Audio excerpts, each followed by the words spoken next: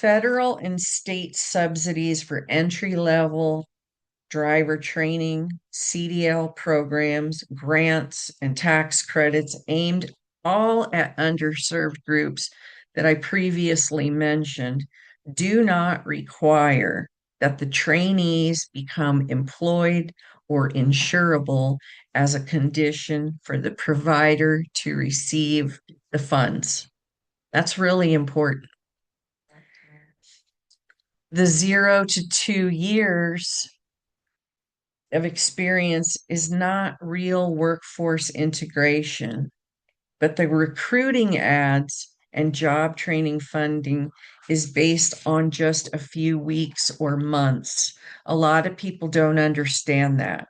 This does not improve highway safety.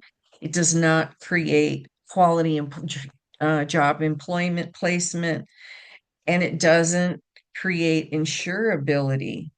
So this job training has to be tied to employment outcomes in the long term. But right now, it's only tied to completing training. You have this big gap. It's in conflict.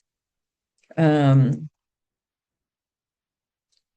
I believe that this has led to a lot of waste, fraud, and abuse, and needless truck crashes. This needs further research. We need more data collection on this sector. Another aspect of the truckload sector, as opposed to the commercial bus industry, is this compensated recruiting ecosystem that's supported by turnover and churn. Recruiters make more money than drivers, and the impact of compensated aggressive recruiting in subsidized training during the first year is a volume driven model. And this leads to enrolling unqualified candidates, excuse me, and often targeting vulnerable populations without fully explaining the lifestyle changes, compensation structures, unsafe working conditions, or insurance barriers.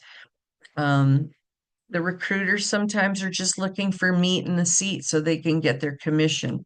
We've seen that some recruiters will go to homeless shelters and get people who just came out of drug rehab.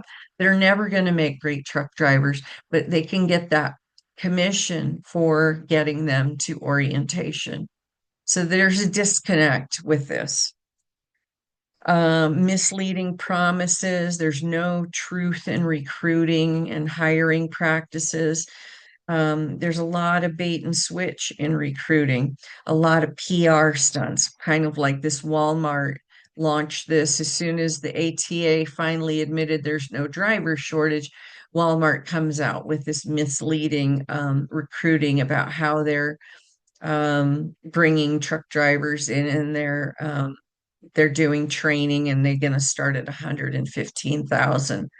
This claim masks the reality. Its driver program is an internal program. It's highly competitive. It's inaccessible to most people. But these tactics are kind of a call out to vulnerable, underserved communities to enter the truckload industry sector that is focused on subsidized training programs rather than retention.